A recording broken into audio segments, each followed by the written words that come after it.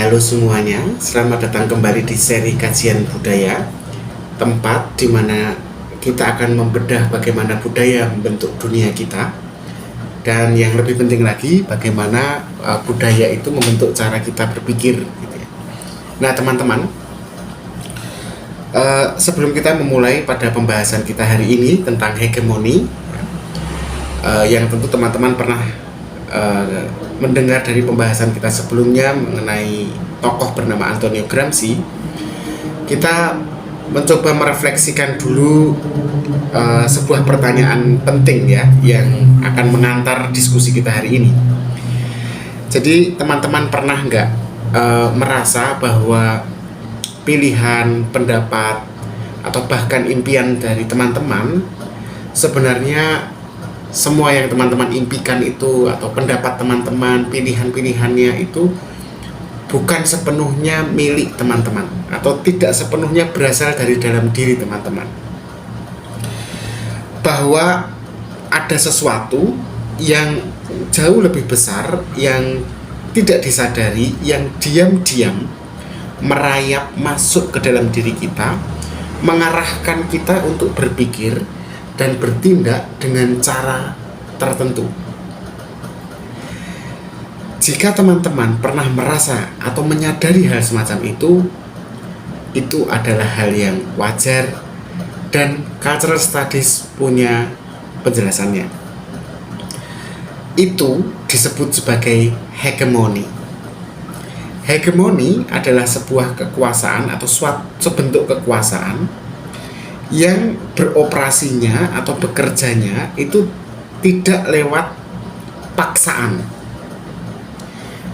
tidak lewat represi yang terlihat, tetapi dengan kekuasaan itu bekerja dengan membuat kita percaya bahwa aturan-aturan sosial yang ada merupakan sesuatu yang wajar, tidak perlu dipertanyakan, alamiah, dan cukup dijalani saja.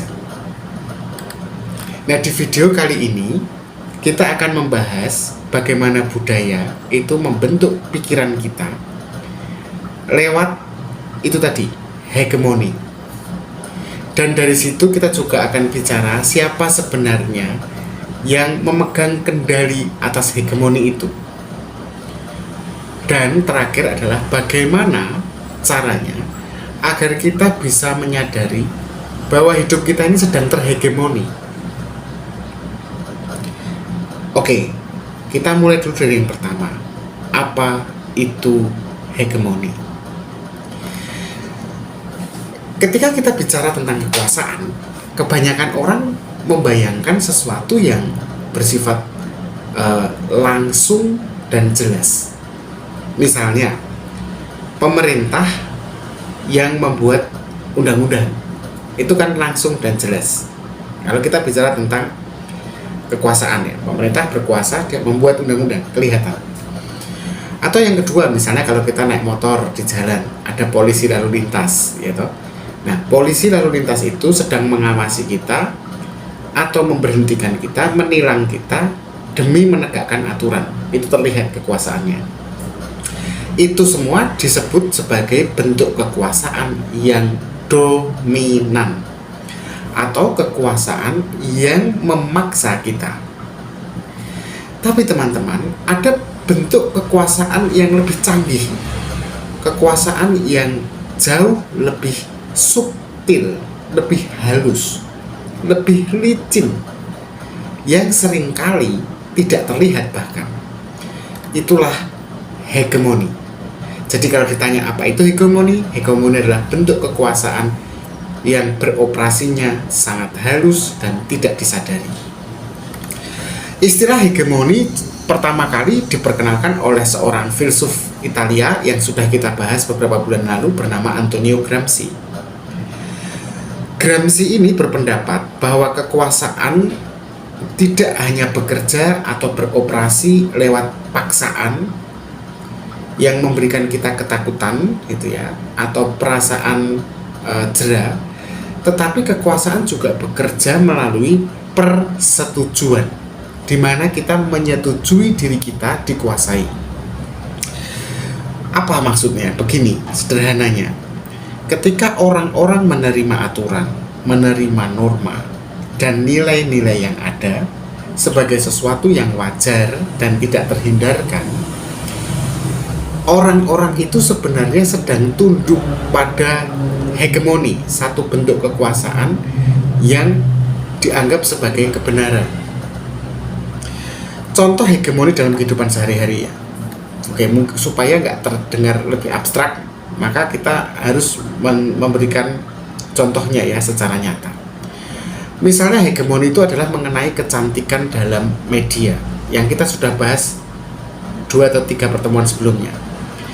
Sejak kecil kita kan dijejali dengan gambaran tentang standar kecantikan tertentu. Misalnya kulit yang putih, tubuh yang langsing, hidung yang mancung, rambut yang lurus. Dan itu semua sudah kita lihat lewat iklan, lewat kartun, komik, film, cerita-cerita rakyat, atau bahkan media sosial hari ini, TikTok misalnya.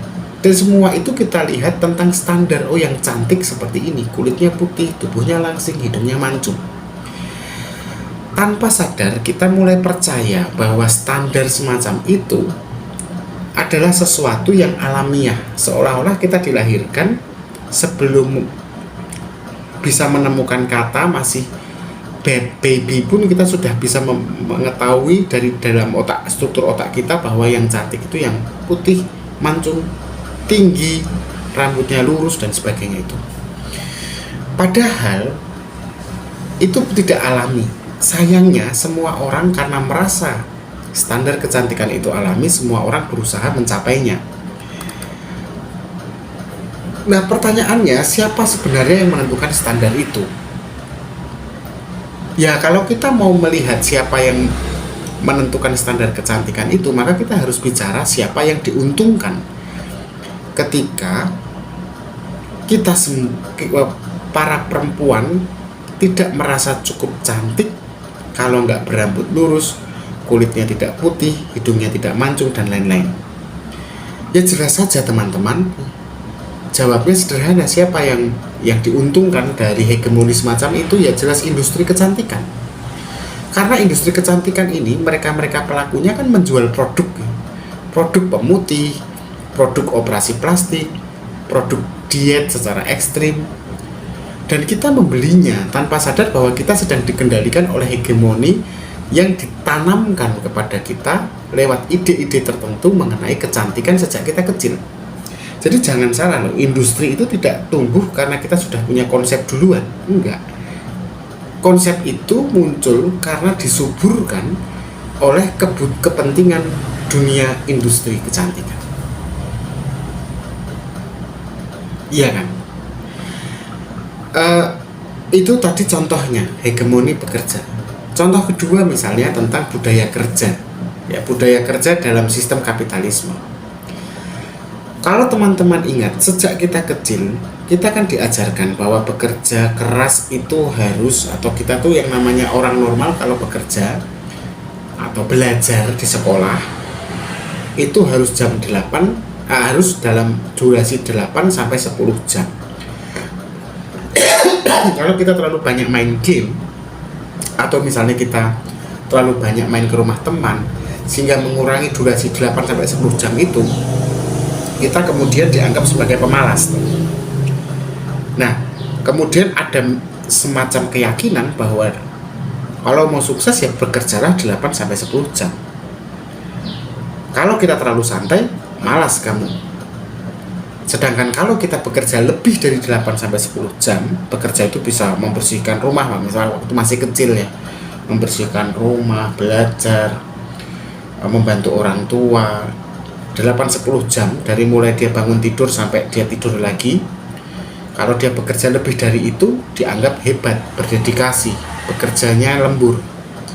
Ketika besar, dia lalu sadar bahwa oh, dia siap kalau bekerja ya 8-10 jam. Dan dia siap bekerja di sebuah pabrik, di sebuah perusahaan, di sebuah korporasi. Nah, Inilah hegemoni. Sejak kecil kita tidak bisa mempersoalkan kenapa 8-10 jam, kenapa nggak 6 jam aja, kenapa nggak 5 jam aja gitu. Nah, kalau kita lihat siapa yang menghegemoni, maka siapa yang diuntungkan dari pola pikir seperti itu? Ya tentu saja perusahaan besar. Mereka membuat kita percaya bahwa workaholism, doyan kerja, sebagai sesuatu yang baik. Sementara kita sendiri kehilangan waktu untuk diri sendiri, kehilangan waktu untuk keluarga, kehilangan waktu untuk kebahagiaan kita. Kita menerima hegemoni prinsip normatif seperti itu karena memang kita dipaksa, tetapi kita percaya bahwa kita tidak dipaksa karena memang begitulah dunianya orang bekerja. Nah, itu loh kekuatan hegemoni. Itu contoh kedua. Contoh lain misalnya tentang gender dalam masyarakat. Sejak kecil anak laki-laki misalnya diberi mobil-mobilan. Kalau anak perempuan mainannya apa? Boneka contohnya, atau alat-alat masak. Sadar nggak bahwa di situ tuh sebenarnya sedang dibentuk sebuah struktur kehidupan di masa depannya, bahwa laki-laki nanti urusannya dengan mobil-mobilan, perempuan urusannya menjadi ibu rumah tangga yang baik. Mobil kan adalah simbol dari mobilitas, pergerakan. Jadi yang laki-laki cari nafkah, yang perempuan menjaga anak seperti boneka. Padahal itu bukan hukum alam. Itu adalah konstruksi sosial yang diwariskan dari generasi ke generasi selama ratusan tahun. Tapi karena kita tumbuh di dalamnya, kita lalu cenderung menerimanya sebagai sesuatu yang normal. Kalau kita bicara di suku-suku tertentu di Amazon yang menceritakan bahwa satu suku isinya perempuan semua, mereka tentu tidak main boneka, mereka mainnya pedang. Nah, itulah teman-teman bagaimana cara budaya membentuk pikiran kita. Pertanyaannya, bisa nggak kita melawan hegemoni? Bisa nggak ya? Nah, kalau hegemoni bekerja dengan membuat kita percaya bahwa aturan-aturan sosial itu alami, tidak perlu dipertanyakan, sudah ada begitu saja sejak kita belum lahir, apa ya mungkin kita melawannya? Nah, menariknya cultural studies mengatakannya bisa kita lawan. Tapi tentu saja ada beberapa prasyarat ya. Pertama, kita harus menyadari dulu bahwa memang ada hegemoni itu. Kalau kita tidak yakin bahwa hegemoni itu ada, ini hanya sesuatu yang berlebihan, mempersoalkan hal yang sudah baik berjalan, ya sudah, menyerah saja. Tapi kita harus sadari dulu hegemoni itu ada. Begitu kita mulai mempertanyakan aturan-aturan yang selama ini kita terima begitu saja, sebenarnya kita sudah mulai melawan hegemoni. Meskipun secara praksis belum, tapi menyadari saja sudah mulai itu. Kedua, kita bisa membangun atau menciptakan sebuah counter hegemoni atau budaya tandingan, counter culture. Mungkin teman-teman sering dengar ya, counter culture, budaya yang melawan, budaya yang menandingi. Nah, counter hegemoni atau budaya tandingan ini adalah strategi di mana kita atau kelompok-kelompok tertentu itu bisa menentang norma-norma yang dominan dengan menciptakan sebentuk keyakinan dan kebudayaan, kebiasaan atau rutinitas cara berpikir yang alternatif, yang di luar yang mainstream, yang mapan. Contohnya misalnya seperti di dunia ini ada satu gerakan namanya body positivity.